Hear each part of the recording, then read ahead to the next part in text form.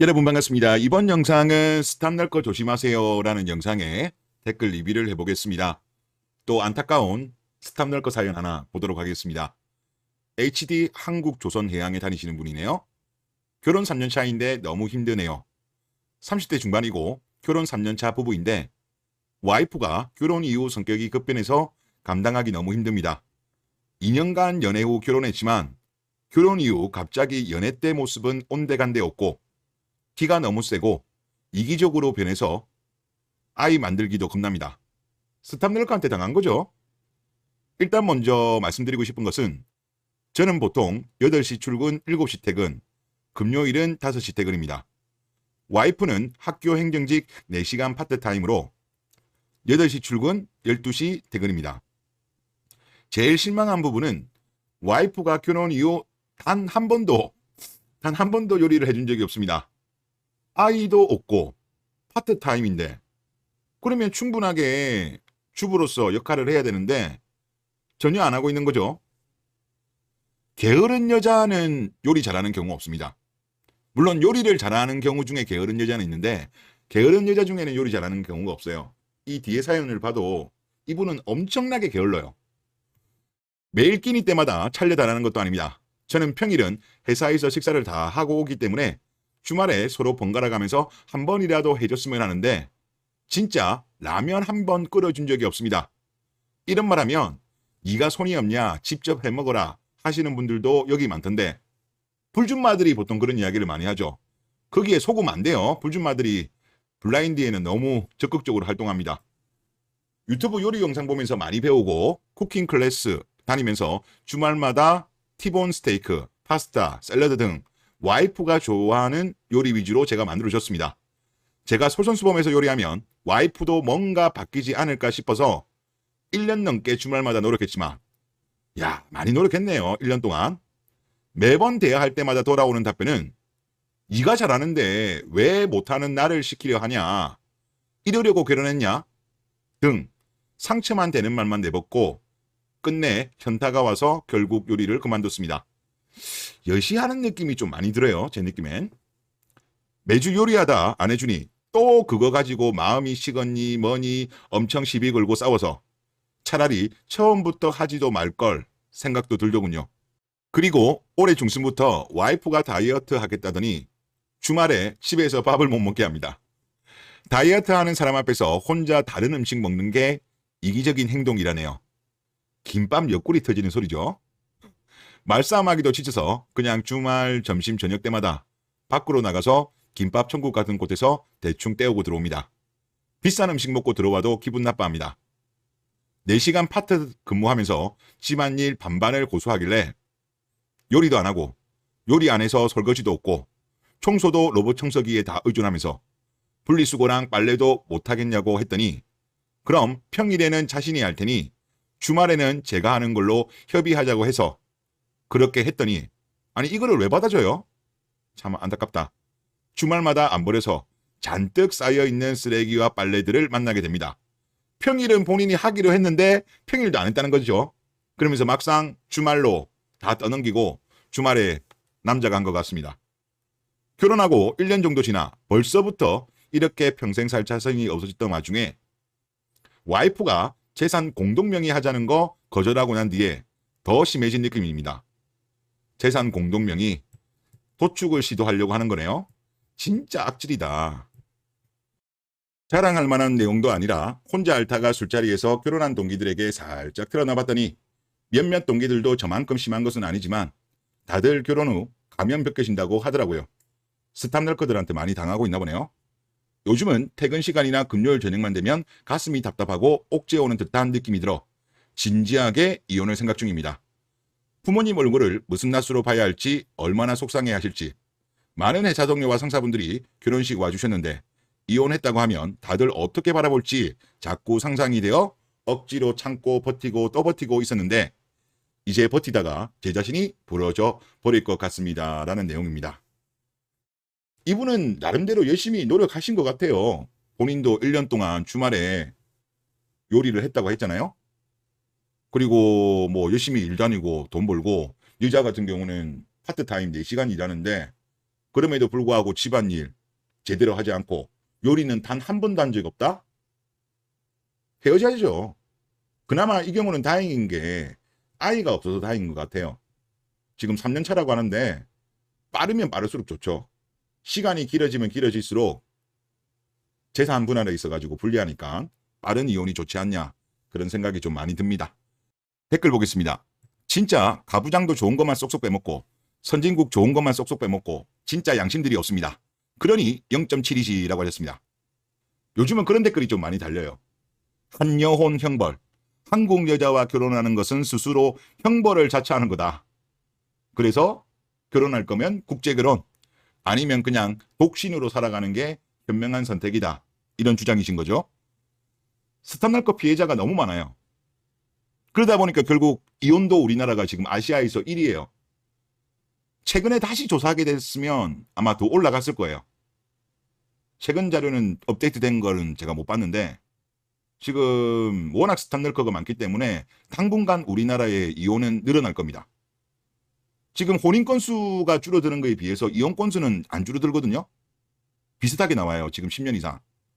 혼인 건수는 10년 동안 엄청나게 줄었는데 그만큼 지금 이혼을 많이 하는 거거든요. 그래서 하여튼 안타깝습니다. 뭐 어쩌겠습니까. 지금은 당분간은 스탑널커 피하려고 하면 국내혼은 피하는 게 현명한 선택이지 않는가, 그런 생각이 많이 듭니다. 한 10쌍 중에 2쌍 정도는 그래도 행복한 것 같아요. 그러니까 10쌍이 결혼하면 4쌍 정도는 이혼하고, 또 결혼을 유지하고 있는 부부 중에 4쌍 정도가 또 잭스리스 부부거든요. 이혼은 안 하지만 보통 이제 아이 때문에 이혼 안 하는 거죠. 그렇지만 이제 부부 관계가 좋지 않은 거죠. 그래서 한 10쌍 중에 2쌍 정도만 괜찮고 8쌍은 이혼이든지 아니면 행복하지 않은 결혼 생활을 유지하고 있는 것이 아닌가, 개인적으로 그렇게 추정하고 있습니다. 다음 댓글 보겠습니다. 한 10년 국내 혼인율 박살내면 나라가 망하든 바뀌든 하겠죠. 저도 국제결혼 하려고 각 잡는 중입니다. 라고 하셨는데, 어이구, 이대로 10년 가면 합계 출산율 한 0.2, 0.3 정도 갈 것 같은데요. 지금 보면 2년마다 0.1씩 빠지거든요. 대략적으로. 만약에 10년이면 한 0.3? 0.3까지도 갈 수 있을 것 같은데요. 우리나라가 지금 한 20년 동안 여자를 우대하는 정책을 펼쳤잖아요. 근데 그 정책이 지금 실패한 건데 그러면 반대로 가야죠. 그런데 우리는 지금 반대로 안 가고 오히려 여자들이 요구하는 거를 들어주고 있어요. 그런데 우리 바로 옆 나라 중국, 우리나라랑 완전 반대로 가고 있습니다. 저출산 현상은 우리가 먼저 시작됐고 중국은 저출산이 심각해진 지가 얼마 안 됐는데 떨어지는 속도는 우리보다 훨씬 빨라요. 그래서 지금 중국 같은 경우는 작년 11월부터 확실히 방향을 바꾼 것 같습니다. 시진핑이 직접 여성은 가정으로 돌아가서 아이를 낳아라, 남녀 역할 분담, 가부장제로 돌아가려고 선언을 했어요. 그리고 오늘 머니투데이에 기사 나온 것도 보니까 FM은 사악한 이데올로기다. 지금 중국 여자들도 여기에 물 많이 들었어요.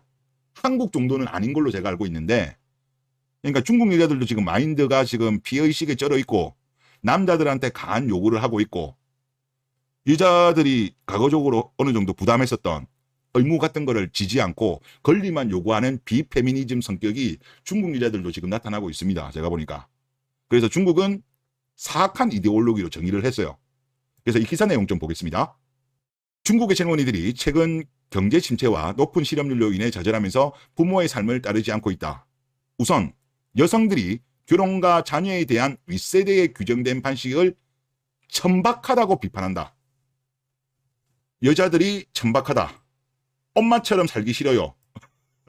우리나라에서 하는 거 그것도 따라하는 거네요. 이상한 FM 사상에 지금 중국 여자들도 오염이 된 거예요. 그리고 여성과 아내가 주로 자녀와 남편 및 연로한 부모를 돌보는 사람으로 정의되던 가치관에 대항하는 흐름이다. 여기도 뭐 걸스캔드 애니싱 하고 있나 보네요. 그러면서 연로한 부모, 여기는 또 시월드 하겠죠.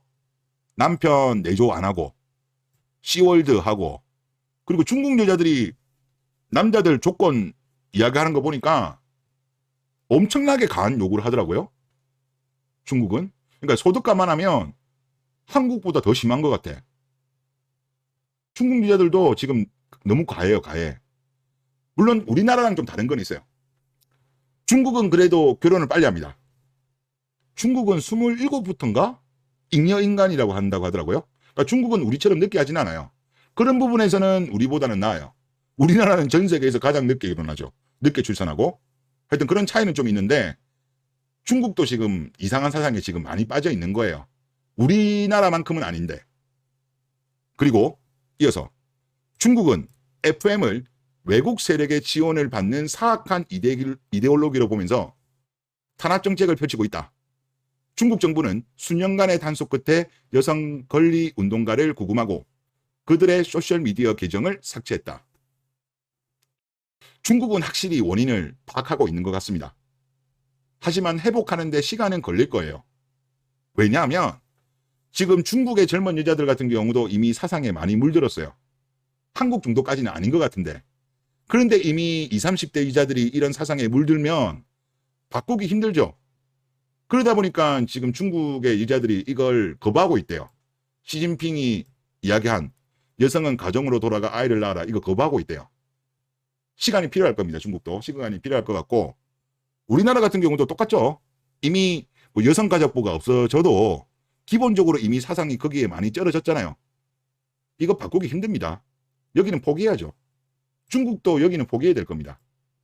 포기하고 결국 이들보다 어린 세대들에게 전염과 오염이 되지 않도록 노력하는 것이 저는 중요하다고 봅니다.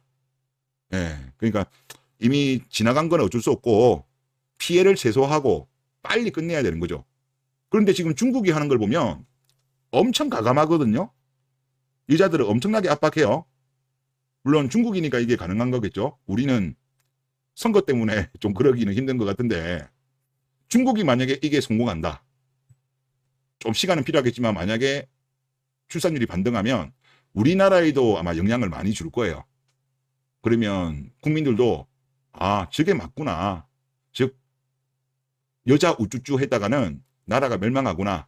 남자와 여자의 역할을 분담하고 또 이런 이상한 피해의식에 쩌든 FN 같은 거는 정말 사악한 이데올로기구나, 이런 거를 느끼게 되면, 뭐 그런 여론 자체가 국민 전반적으로 다 형성이 되면, 또 유자들 중에서도 일부 그거를 동의하게 되면, 그러면 정책 방향이 바뀔 수는 있겠죠. 근데 아직까지는 우리나라가 바뀌진 않는 것 같아요. 네. 하여튼 중국의 흐름을 보면 그래도 원인은 제대로 파악하고 있는 것 같다. 그리고 우리가 나중에 중국을 또 참고해야 될 수도 있을 것 같다. 그런 생각이 많이 들었습니다. 네, 이번 영상 여기서 마치겠습니다.